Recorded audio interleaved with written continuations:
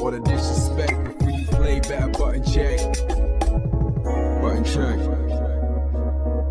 What's up, everybody? We're back once again. My name's Ernesto. I'm Ernesto's baby. My name's Ernesto, and I'm not funny. This show is kind of good. But anyway, let's go.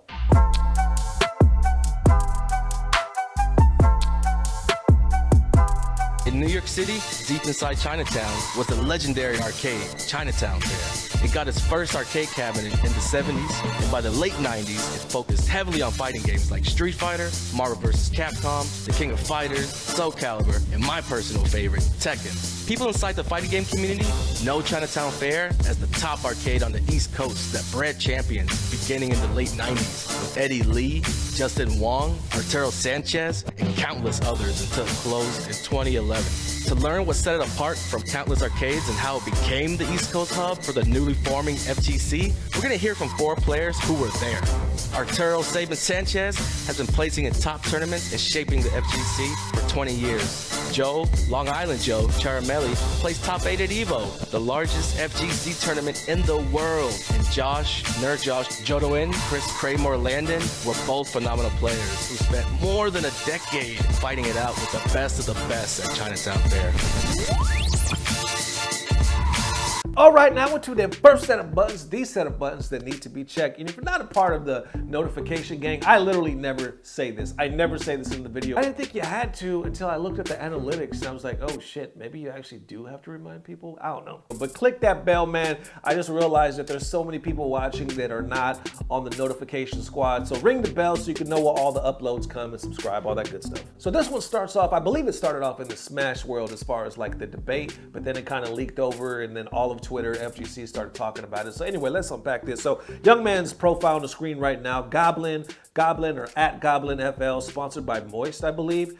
Information on the screen, link in the description field. Definitely show the young man some love. Okay, so he posted this the other day right here saying, I think new people don't get to experience brackets as much as they should at majors. Traveling to a major and going 0-2 and having no side event like amateur bracket or a ladder where you can keep experiencing yourself in a tournament setting kind of blows. A lot of people right now are trying to focus on compensation for top players, but I don't think enough is going towards the majority of the attendees. Getting to travel, do bad in bracket, and still have serious sets without losing a money match makes the trip so much more worth it, in my opinion. And then others add on that train of thought as well, saying, as a beginner tournament goer, I'm all for amateur brackets where I don't have to face a PR player round 2 or something. Problem is where do you draw the line on something that restricts based on skill? Yeah, here adds to that saying that's where redemption brackets come in. Anyone that didn't make it out of pools gets to battle it out for redemption. So I'm going a little deeper right here saying the difference between majors and regionals/locals is they often offer way more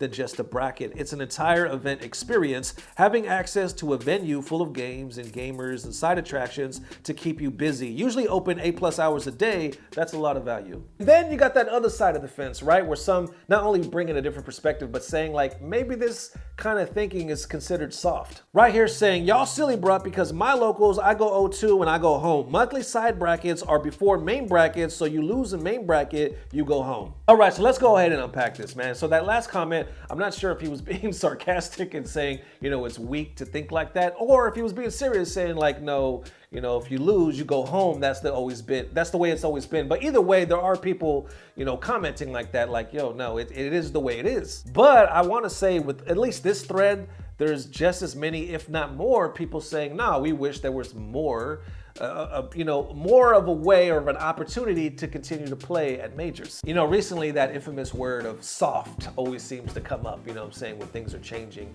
in the FGC or other gaming communities as well, you know, coming from the old school to the new school, the esports way of things, you know what I'm saying? But with this, I don't know, when I first read this, it almost reminded me, remember that debate, I think it was a few years ago when they were, who said it? Y'all let me know in the comments, man. I know I made a video, it's horrible that I don't remember. But remember when they were saying, let's change, oh, wasn't it Ed Boon? We was like, yo, let's change losers bracket. What was it? It was like change it to lesser. Let's change it to the lesser bracket or some shit like that, right? And everybody like was like, no, get this weak shit out of here. It's losers bracket. Spare us with this shit. It kind of reminds me of this debate right here. Only me personally, let me know how you feel. I wouldn't consider it along the same lines, you know what I'm saying? Because I, as a tournament goer going in the past, I've had this debate with Dirty Low, not even a debate, a conversation where we basically agreed. We were like, yo, wouldn't it be dope, and this is years ago, if after we went 0-2, not that I went 0-2 because I don't be going 0-2. Anyway, after some of us go 0-2, wouldn't it be cool to be able to do another tournament, you know what I'm saying? But apparently this is a thing, and it's probably been going on for a long time. I just never knew about it. There's like a redemption thing. I guess there is tournaments out there from what people are talking about called the redemption bracket, you know, where if you do get eliminated and you're not in the main tournament anymore, that you can get this side tournament going on and basically try to redeem yourself. Which honestly, I think that's a cool ass idea because it keeps you, you know, in tournament mind. It lets you kind of band-aid that ego a little bit, you know what I'm saying? Lets you meet more people and still keep grinding. But on that other perspective, where the other young man was like, yo, okay, that's cool, but do they really owe us this experience? Because a major tournament experience is more than just a bracket, you know what I'm saying? It is an experience. You get experience the venue, there's other cool setups and games that you can play in, mingle with people, casuals. There's a lot more stuff than just the main bracket. So in thinking that way and looking at it from that perspective, do you think that redemption brackets are even needed? Do you think it's the way of the future? Or do you think, nah, if we got basically works, so if it's technically not broken, why fix it? I'm gonna say me, like straight up, I don't really think we could be mad at TOs going forward if they choose to keep doing things the way they are. But honestly, I wouldn't be mad at people, more TOs, especially in the FGC, if they decided to go this way, especially, you know, like redemption brackets, running in another hall on the side or in another room or something like that. I think that would be cool. I mean, personally, me, I wouldn't knock it. I personally don't think it's considered soft to do something like that because I think you're just giving more players. You're letting players know still, like, you fucking lost. You know what I'm saying? You got that L, but yo, if you still want to run some sets, because let's be real, for those of you that go to tournaments, there's casual set up, but a lot of the times the casuals, let's be real, they're fucking taken. You know what I'm saying? And you're just sitting there and you're waiting and then somebody scoops in, I got next, it's almost like being at the old school arcade. Sometimes it's hard to get on a casual when there's like dozens of people just standing around. So if there was like redemption brackets, I just think it would be easier for you to enter and continue your gameplay. So because of that, technically I wouldn't see it as soft. So I don't think it's along the same line and we say, let's change it from loser bracket to lesser bracket. I think that's what he was trying to call it, right? The lesser bracket. No. Anyway, there it is. Thank y'all for watching. Thank you for all the massive love. We'll see you again, if not tomorrow. Actually, not tomorrow. We're going to see you Sunday. So Mrs. Buncheck will be joining us. There it is one more again. Thank you guys for all the massive love. We'll see you forever. We'll see you forever. Love you forever is what the hell I meant to say. I'm done, y'all. Peace. Blah, blah, blah. Subscribe.